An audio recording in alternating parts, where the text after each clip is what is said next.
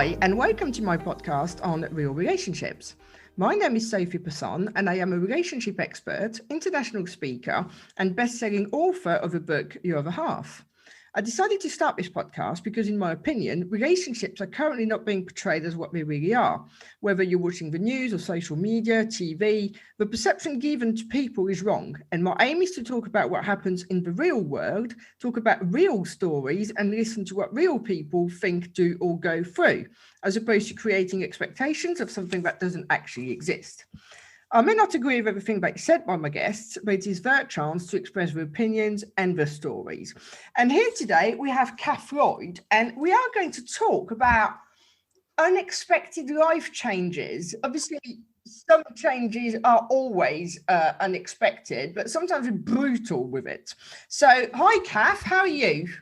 Hi, Sophie. I'm very well. Nice to be here with you. Yes, thank you for being on and sharing that story. So, first of all, tell us a little bit about yourself, please.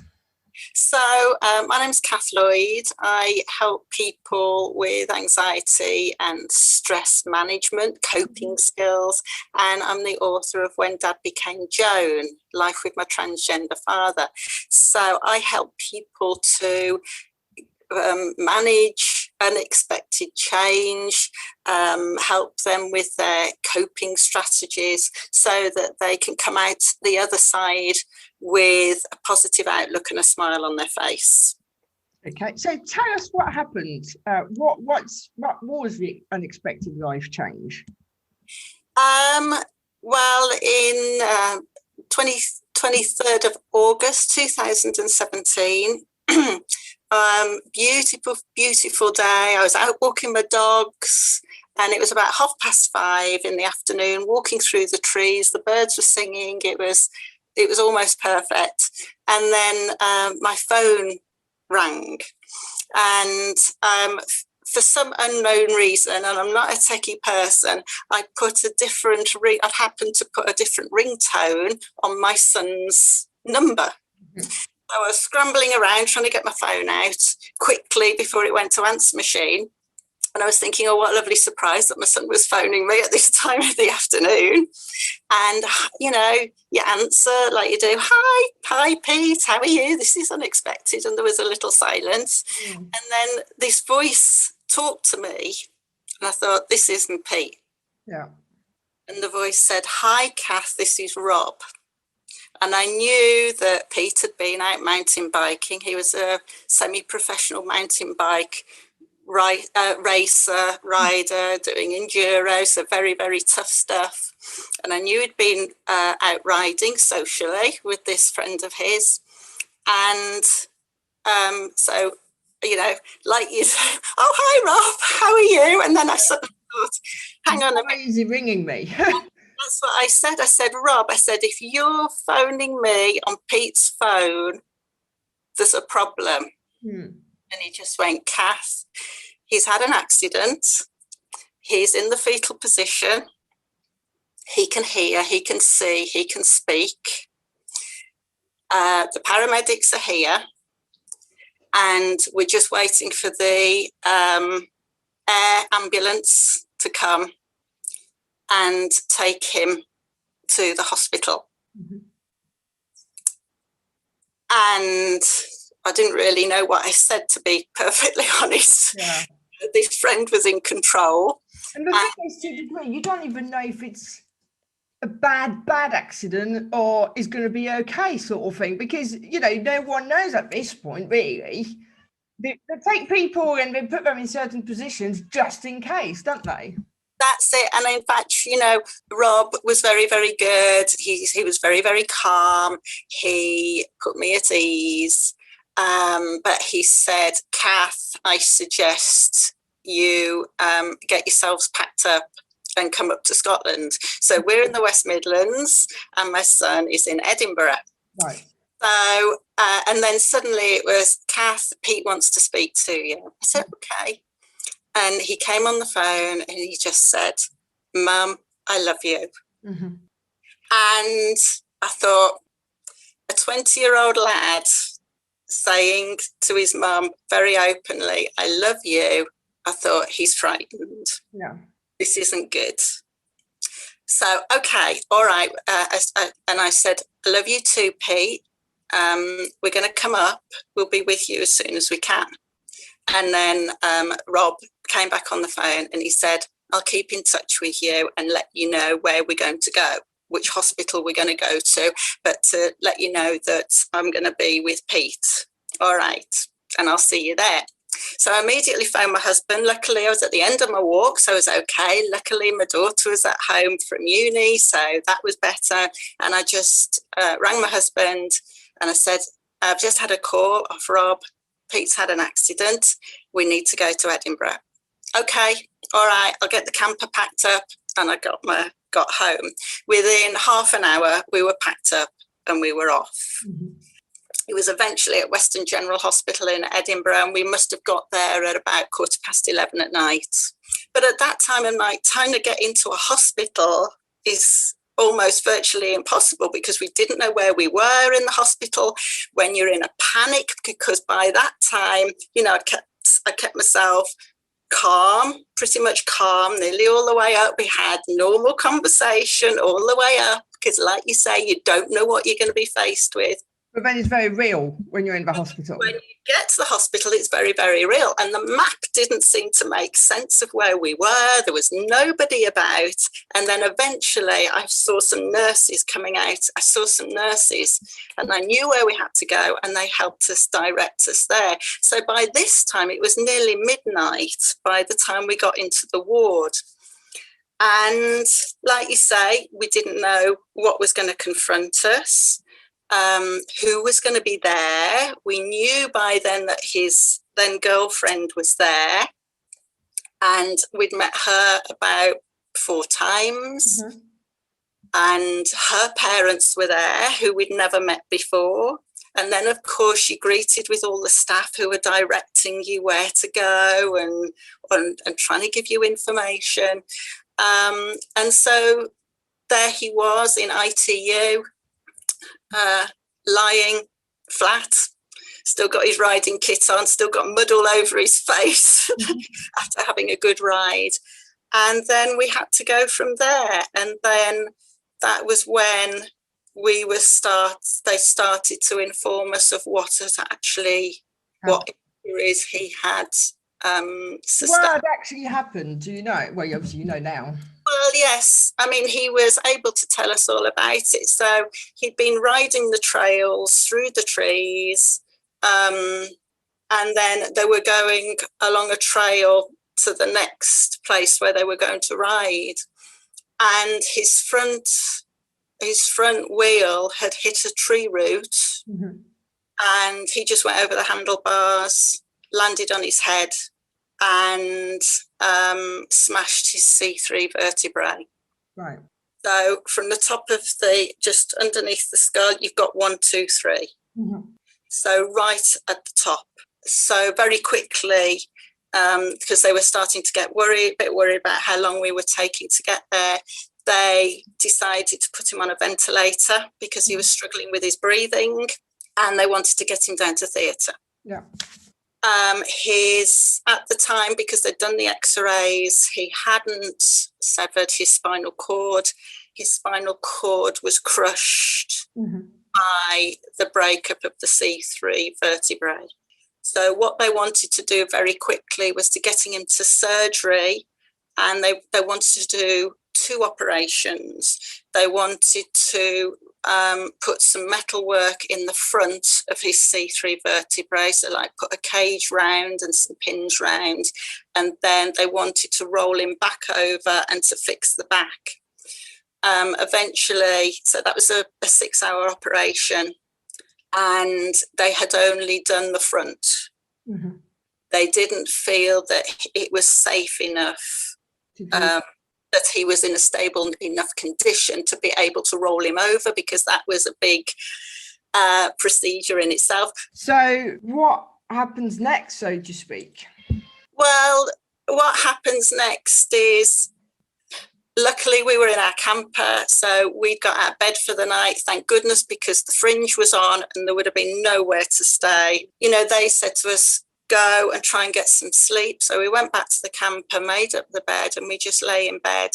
And at that time I was quite calm, and it was my husband really who just, clung on to me and said, our son is broken. And eventually we got some sleep. We got a few hours sleep before we got up and went back into the ward. There's more than one thing here, because obviously to start off with, you think, right, okay, he's alive. So you're kind of reassured, but then slowly but surely kind of sinks in that life is never going to be the same again. Well, there's always that hope, isn't there, that everything's going to be okay. It's, like Pete said to me, Mum, I'm really frightened. And I said, Pete, we're going to make you better. Because that's what you say. And, the consultant was sort of saying to us, with an injury like this, most people, but I didn't fill in the gap. People have a full recovery. So there was always that hope that he was going to have a full recovery, that he'd be back on his bike in a year and everything would be back to normal. But he wasn't that. Most people. He was the exception, but confirms the rule. The exception. And, and still I'm trying to comprehend why. Why has he been the exception? But then after his operation, they never got the second operation done because he had pneumonia. His body really put him through his paces, and the staff as well. He had pneumonia, he had 2 doses of sepsis, he had C. diff, he had to go on a kidney dialysis machine that kept blocking up. So he had raging heart rates, raging temperatures, and basically his body was keeping him alive rather than fixing his spinal cord. That is what has made him his exception. So, he was in ITU for 7 weeks. So he didn't actually go to a spinal unit for 8 weeks. And, they say that if you're going to get any form of recovery, you will start to see that recovery within a few weeks, and the longer it takes, the less likely you're going to get that recovery. So we were dealing here with, Pete's injury, the shock of it. I was, also the main carer for my parents down at home. So there was that as well.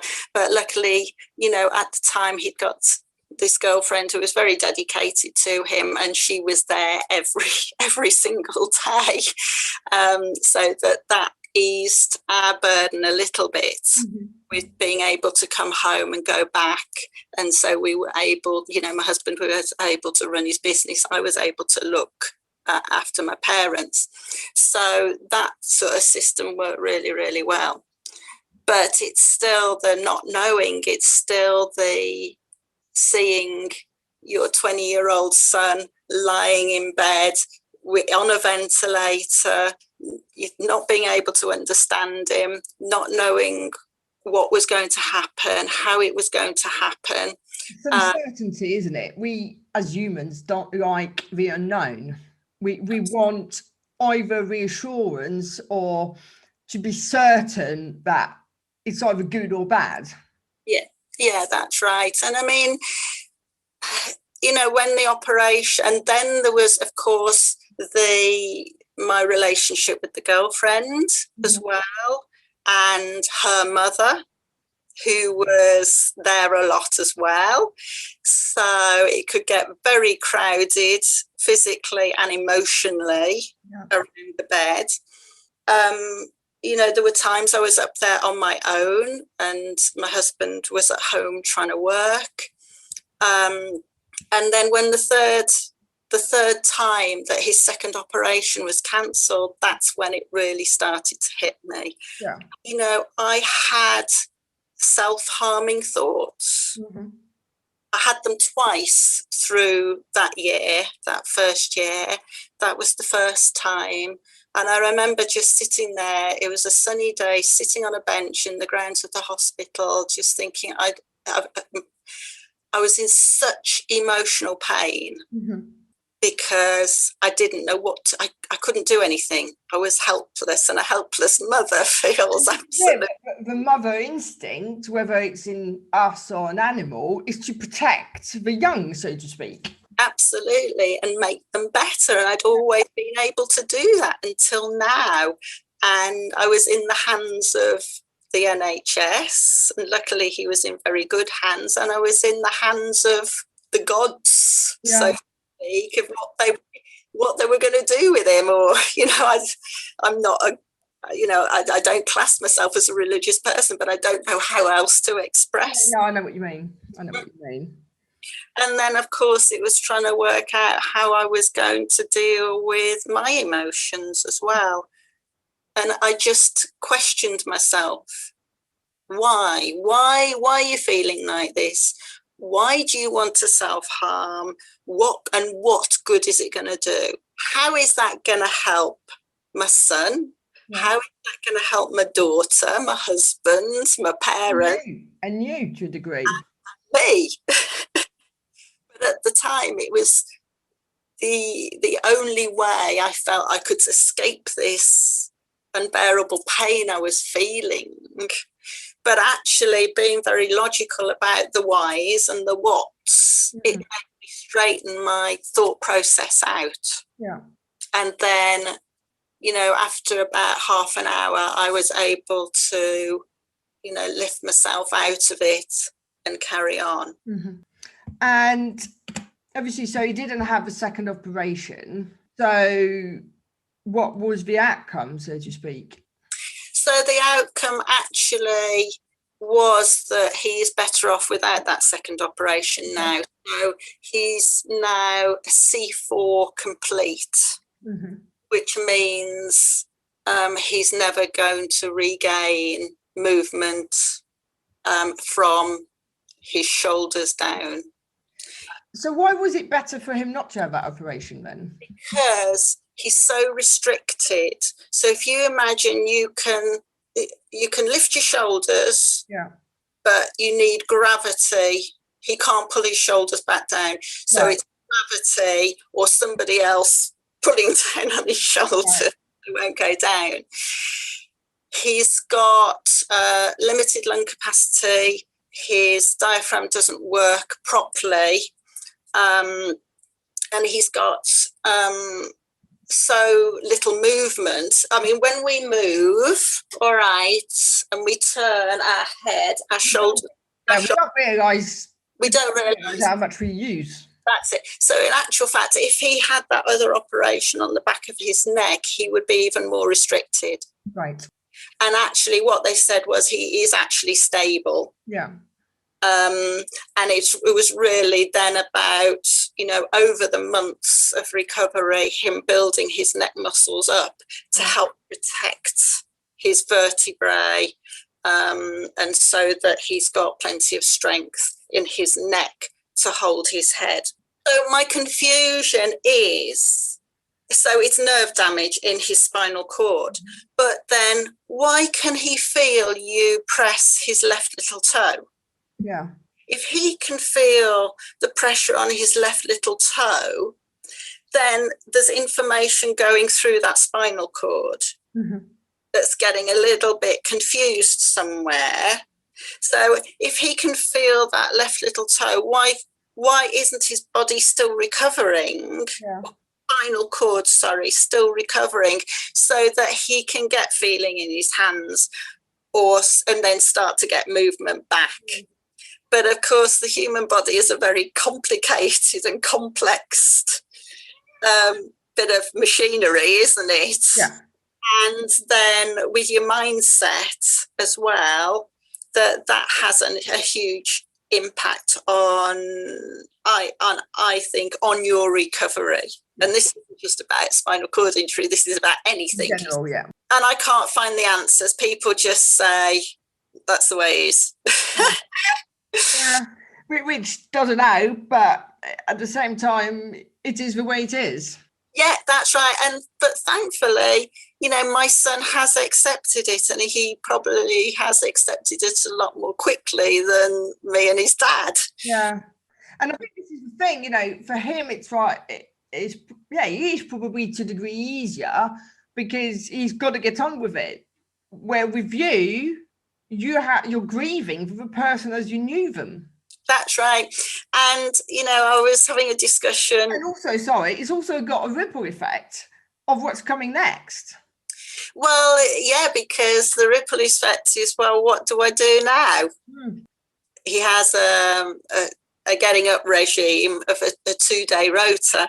So, on a quick day, he can get up in about an hour. On a shower day, it's 2 hours. So just 2 hours to get him out of bed and into his chair, let alone have any breakfast, then going off to university is a big ask. Yeah. So he's gone back part-time, and he's doing great, thank goodness. So how did you grieve, and how did you cope with, first of all, the realization and then the acceptance that it is what it is? I think a lot of it was taking it from his spirit, his attitude to life, and that if he could deal with it, then we could deal with it. What was so difficult was, okay, so now he's fit enough to go out of the hospital. What do we do? Yeah. Oh, we could go bowling. Oh, no, he can do that sitting down. Oh, no, he can't. He can't use his hands. So it was very, very restrictive of, that restricts a whole mass of different things, especially somebody who was so active. Just about everything, really. I mean, apart from talking and watching TV or cinema or whatever, it's pretty much it, isn't it? But luckily, in the mountain bike world, they did some funding and, raised a lot of money for him. And so he was then able to get what's called an off-road wheelchair, which is rather like a dune buggy. So it's very low, it's got 4 wheels, and it's the first one they made with a chin control. So he controls his wheelchair with like a tennis ball with his chin. And he's got like an on-off switch. It also acts as a horn as well, if he needs some attention or anything. And that's how he gets himself about, using his chin. And luckily he mastered it very, very quickly compared to a lot of people. But it was a whole learning experience with how to feed him, give him his drinks, and also, it's not like feeding a toddler. No. Where you shovel the food in. He has got a conscious making decision mind, just like toddlers have, obviously, but it's a lot more complex. And he'll go, so say you've got, for example, I'm trying to a roast dinner meal, for example. I'm trying to think of something with lots of different things on the plate. And he'll go, oh, I'll have, and then so you've got to allow him to tell you what to put on the fork. Right. Yeah, of course. Yes. Because he's going to, because it's something you don't think about, but you want something in a certain order. That's it. So can I have a little bit of salt on? So you put a little bit of salt on, and he'll go, that's too much. And you think, and he'll go, well, that's not enough. I need a bit more salt. And then it's like, no, that's too much on the fork, or that's not enough on the fork, or will you not dribble it down my front, or, all of these different things. And it's a whole learning process about how to help him feed.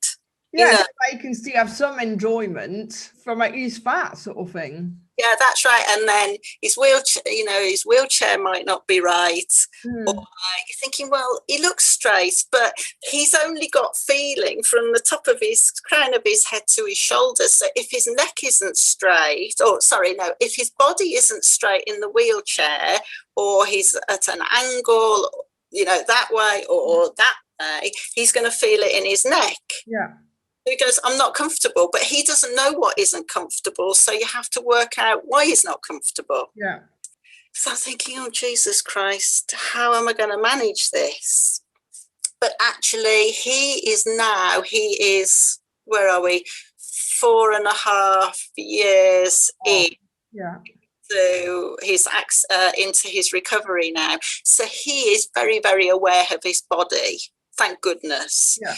So that is good for us. Well, and then it's, of course, about all the communication system. You're in Edinburgh, we're in the West Midlands. How are we going to talk to each other? And thank goodness for Alexa. Yeah. That works a treat. And all of these frightening things. How's the first night going to work? When are the carers? Everything's different, isn't it? It's things that you never had to, I'm not even going to say worry about, but think about. Yeah. And then, of course, it was my relationship with my husband. Mm-hmm. That has an impact on everything. Well, that's it. That's a real strain as well. And there were times when I thought we weren't going to get through it. And then I was thinking, well, that if we can't get through this, Pete might blame himself. So why do you think you put so much pressure on your relationship with your husband? Because, just the emotional strain.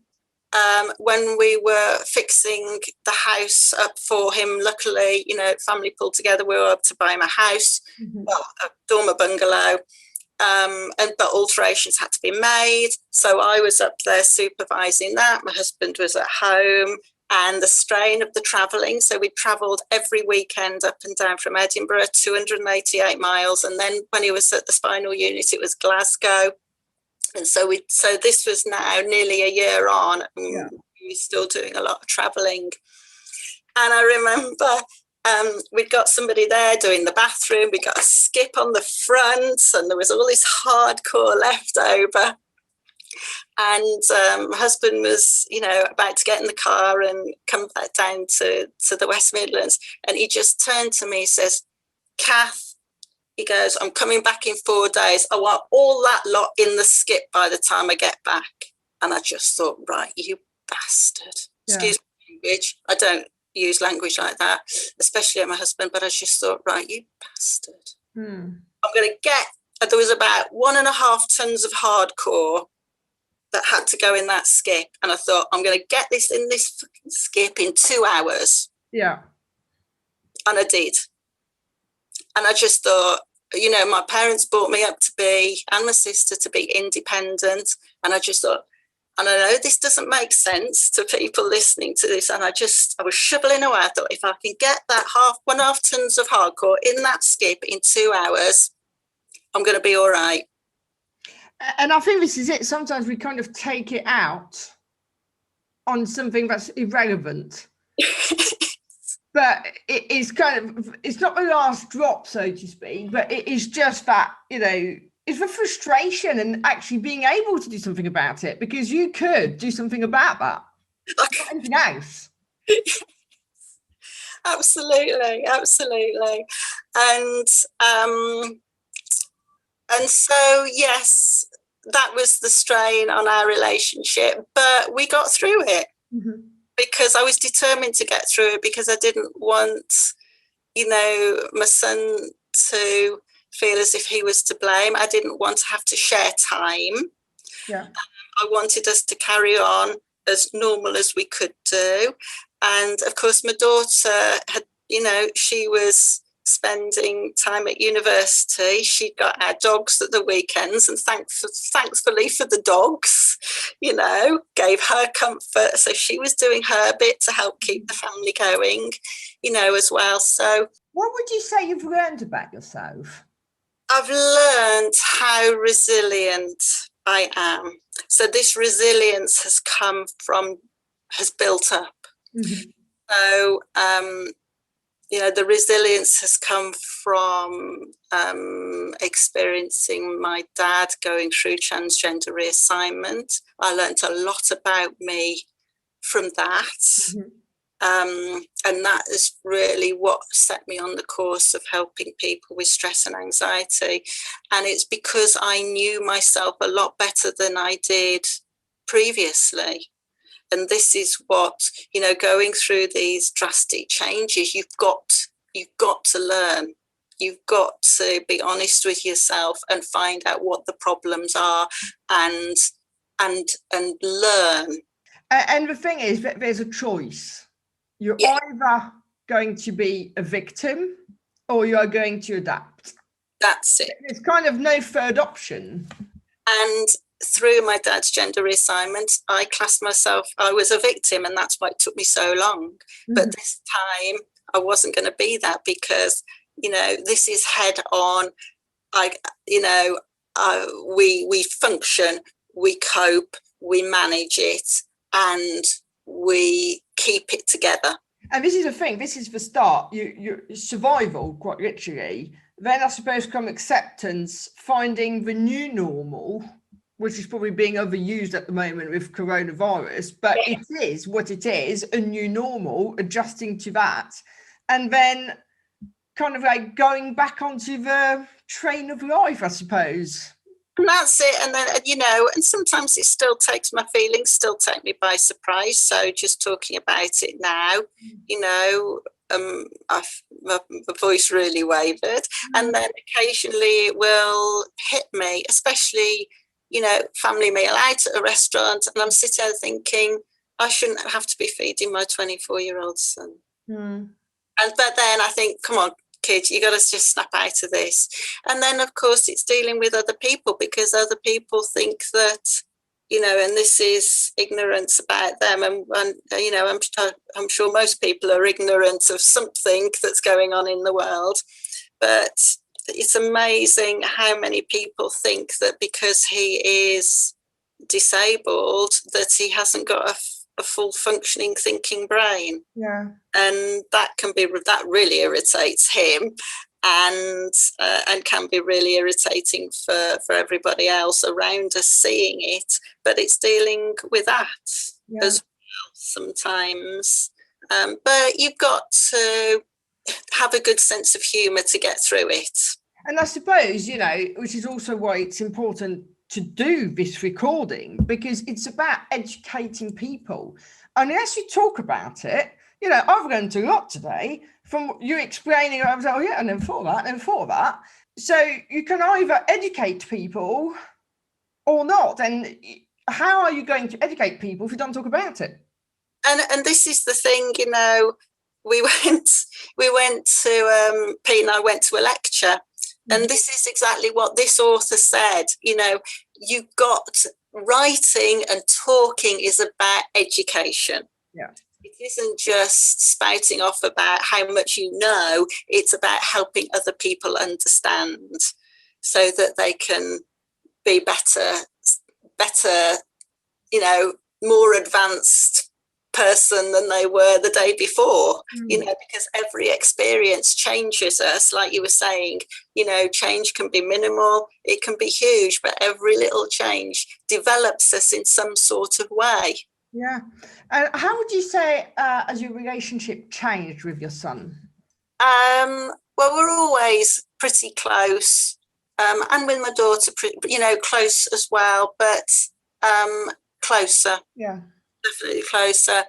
And but that changes with, like any child, whether they are in a loving relationship or not, so it went through a difficult bit. We had our row, and we had a bit of a fallout for half an hour, but then we both had a good cry. What I miss drastically, he was always good at hugging, and that is what I miss. He can't hug me, and so I do get phone calls at 11:30 at night when he's feeling particularly low, or he's got a carer, so he has 24-hour care. If he's got a carer on at night who isn't very experienced or can't get him comfortable at night, and I get a phone call about 11:30 at night going, Mum, I'm going to be uncomfortable for the next 9 hours until so-and-so comes in the morning to help get me up. And I'm sitting there looking at my watch thinking, how quickly can I get to Edinburgh? And then I have to just think, by the time I get there, realistically, he will be asleep because he'll be absolutely exhausted. And I just we both have to just ride it out. Yeah. And just another question, because I'm sure a number of people will be wondering that. What happened with a girlfriend? She did move on. Mm-hmm. She had got him through his most difficult bit, and lived with him in the new house for coming up to a year, I think. Mm-hmm. And then she realised that she couldn't do this long term. And he was absolutely devastated, as you could imagine, and very, very frightened that he was going to be on his own. On his own. Well, he got his carers, but they don't make up for a personal relationship. That he would never find anybody ever again. Who's going to want to date somebody who's quadriplegic? Mm. But then after 6 months, he actually said, well, I don't think we would have survived anyway, even if I was able-bodied, and I'm better off now on my own to build my new life, how I want to build it, doing what I'm finding new activities for me to do. I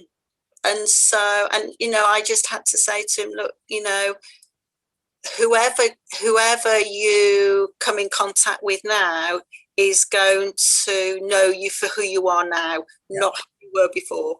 And to be fair, to her, it must have been, it's a massive adjustment. Well, that's it, and they did get engaged when that first night in ITU. So again, that was a different thought process as well, that is my son going to walk again? And oh shit, he's got engaged to somebody very young, who he hasn't known that long. I know time is no reflection on relationships, but all the way through I kept thinking, she's very young. In 10 years she's going to want a child. How's that going to happen? Mm-hmm. She got a lot of plans that she wanted to fulfill, and traveling is a huge undertaking for my son, as you can probably imagine. All the equipment and just the organisation that needs to be taken place. She did finally make the right decision, and actually I was very glad that she'd made it now. It's better rather than string it out, be resentful, they have a massive fallout and just struggle along for years. And so it was the right thing to do for both of them. To be honest with you, even, taking it like a bit further, but even when you say for better, for worse in your wedding vows, when such a thing happens, it is a massive, massive thing, change, whatever. That's it. And it's going to put undue, massive amount of pressure on anybody, on any relationship, whether you've known each other a short time or a long, long time. And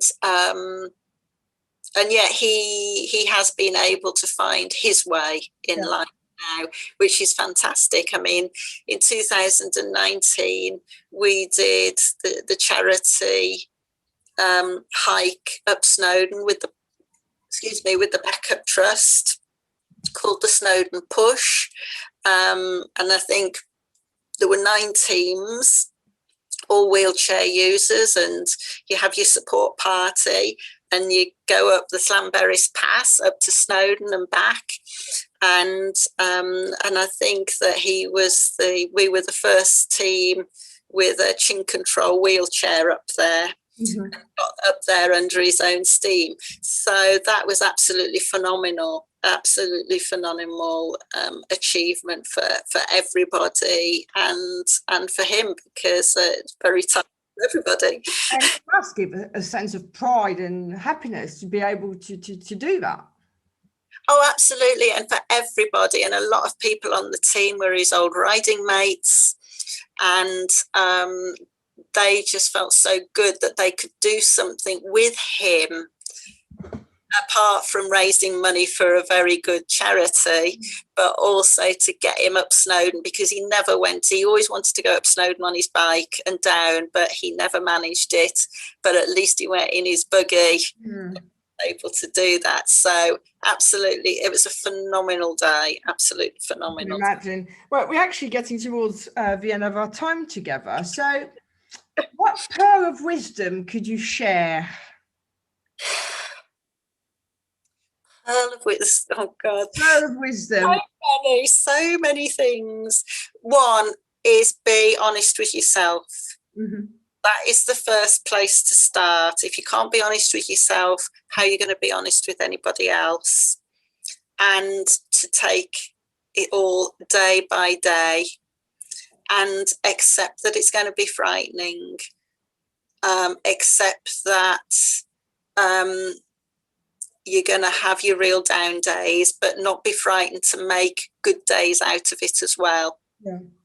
You know, even in the darkest day, there is going to be some good that has happened in that day. And it's really focusing on that good thing that has happened for you. And then to remember, you know, because this is this isn't a quick fix. This is a long haul job. Yeah. And that don't give yourself a hard time.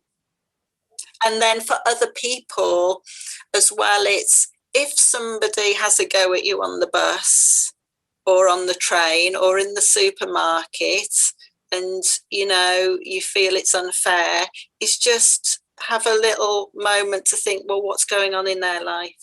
Yeah, totally. They might be having a really tough day.